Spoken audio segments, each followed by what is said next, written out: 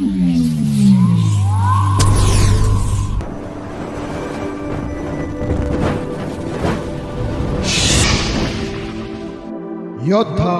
News channel.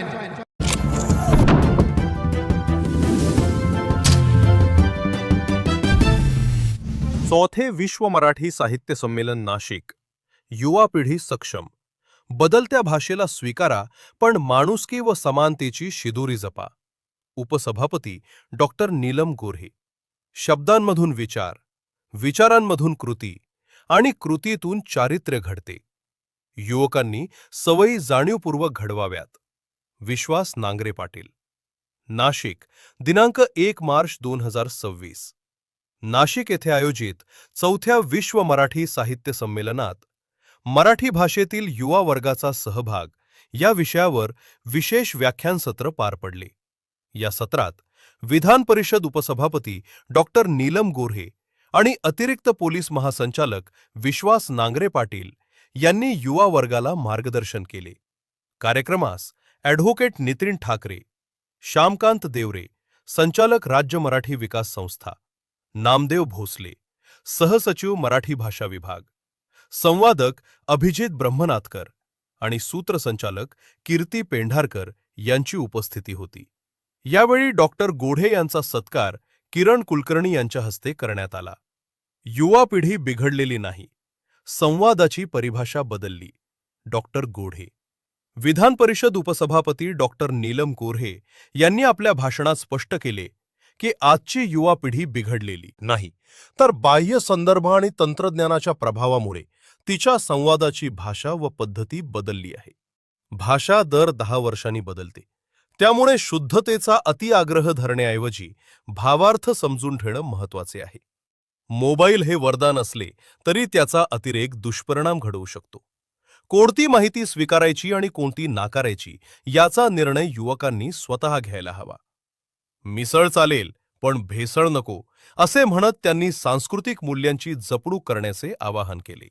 एकत्रित कुटुंब पद्धती लुप्त होत चालल्यानं पालक आणि मुलांमधील संवाद कमी होत आहे। मुलांवर अभ्यासाबरोबरच विविध क्लासेसचा वाढता ताण, घरांमधील लोकशाहीचा अभाव आणि निर्णय स्वातंत्र्याची कमतरता या बाबी चिंताजनक असल्याचे त्यांनी नमूद केले। मोबाईलच्या वाढत्या वापरामुळे घरातील वातावरण बदलले असून पालकांनी मुलांना नाही म्हणण्याची सवय लावली पाहिजे। अति लाड आणि अवास्तव अपेक्षा यामुळे मुलांमध्ये नैराश्य वाढू शकते असे त्यांनी स्पष्ट केले। भाषेच्या प्रदूषणाचा प्रश्न उपस्थित करताना त्यांनी सांगितले की संस्कार हे केवळ वेशभूषा किंवा खाद्य संस्कृतीपुरते मर्यादित नसून माणसाशी माणूस कसा वागतो यात त्यांचा गाभा आहे। मुलांना जोडीदार निवडण्याचं स्वातंत्र्य, घरातील संवाद आणि सामाजिक समता या मूल्यांची जपणूक करणं गरजेचे आहे। सभागृहातील कामकाजाविषयी विचारलेल्या प्रश्नाला उत्तर देताना त्यांनी सांगितले की विरोधी पक्ष आपली जबाबदारी पार पाडत असतो, मात्र असंसदीय शब्दप्रयोग झाल्यास कारवाई करावी लागते। लोकहिताच्या विषयांना पुरेशी प्रसिद्धी मिळावी अशी अपेक्षाही त्यांनी व्यक्त केली। राजकारणात आशीर्वाद आणि आश्वासन या दोन्हींचे महत्त्व अधोरेखित करत त्यांनी सांगितले, लोकांशी सातत्यानं संपर्क ठेवणं आवश्यक आहे। शाश्वत विकासाच्या तत्वानुसार मागे वळून पहा आणि सर्वांना बरोबर घेऊन चला हा दृष्टिकोन स्वीकारावा असे आवाहन त्यांनी युवकांना केले।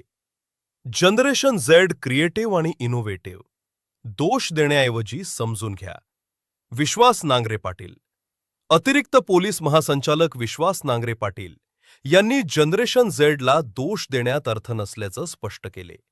आजची पिढी टेक्नोसॅव्ही, क्रिएटिव्ह आणि इनोव्हेटिव्ह आहे। समाजातील बदल आणि दारबंद संस्कृतीमुळे काही प्रवृत्ती निर्माण झाल्या असल्या तरी मुलांचे गुणदोष हे समाजाचेच प्रतिबिंब असतात असे त्यांनी सांगितले। प्रशासनात पूर्वी इंग्रजीचे वर्चस्व होते, मात्र आता मराठीतील कामकाज वाढत आहे। तरीही काही मराठी शब्द न समजल्यास इंग्रजीचा आधार घ्यावा लागतो असे त्यांनी स्पष्ट केले। पोलीस दलाचा संदेश हा केवळ बंदुकीचा नसून संकेत, शिस्त आणि मूल्यांचा असल्याचं त्यांनी अधोरेखित केले। स्त्री पुरुष समानतेविषयी बोलताना त्यांनी डॉक्टर गोऱ्हे लिखित स्त्री पुरुष समानता हे पुस्तक आपल्या जवळ ठेवत असल्याचा उल्लेख केला। युवकांनी शरीर आणि मन दोन्ही बळकट ठेवण्यावर भर द्यावा. शब्दांमधून विचार घडतात, विचारातून कृती आणि कृतीतून चारित्र्य तयार होते. त्यामुळे चांगल्या सवयी अंगीकारणं अत्यावश्यक आहे, असे त्यांनी नमूद केले. परिसंवादात युवा पिढीची बौद्धिक आणि श्रमशक्ती ही भारताची ताकद असल्याचं मत व्यक्त करण्यात आले. प्रभाव दाखवण्यापेक्षा माणूस म्हणून घडणं अधिक महत्त्वाचे आहे, असा संदेश देत मराठी भाषा आणि संस्कृती जागतिक स्तरावर समर्थपणे पुढे नेण्याचं आवाहन या सत्रातून करण्यात आले.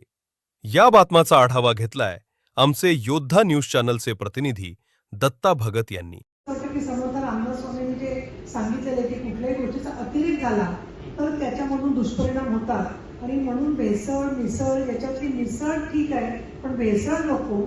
आपल्याला काय पाहिजे आणि काय नाही हे ठरवता आलं पाहिजे. आणि युवा पिढीबद्दल मला एक सांगायचं मुद्दाम पण मी महाराष्ट्र टाइम्सच्या कार्यक्रमाला नुकतीच जाऊन आले. तरुण मुलं मुली जे लिहित आहेत ते त्यांच्या पिढीचं प्रतीक असतं आणि त्यामुळे विद्रोहाची पिढी होती. आज बाहेरचा संदर्भ काय आहे? बाहेरचा संदर्भ सगळा आपण बघतोय की कोणा टीका करायची नाही पण रुबाबाच्या नावाखाली प्रेम आणि हिंसेचं उदात्तीकरण होतं. काही ठिकाणी आम्ही बघतोय की प्रेम आणि हिंसा ही दोन्हीही जी आहे ती एकाच हातात हात घालून जातात ते आपल्याला अनेक वेळेला दिसतंय.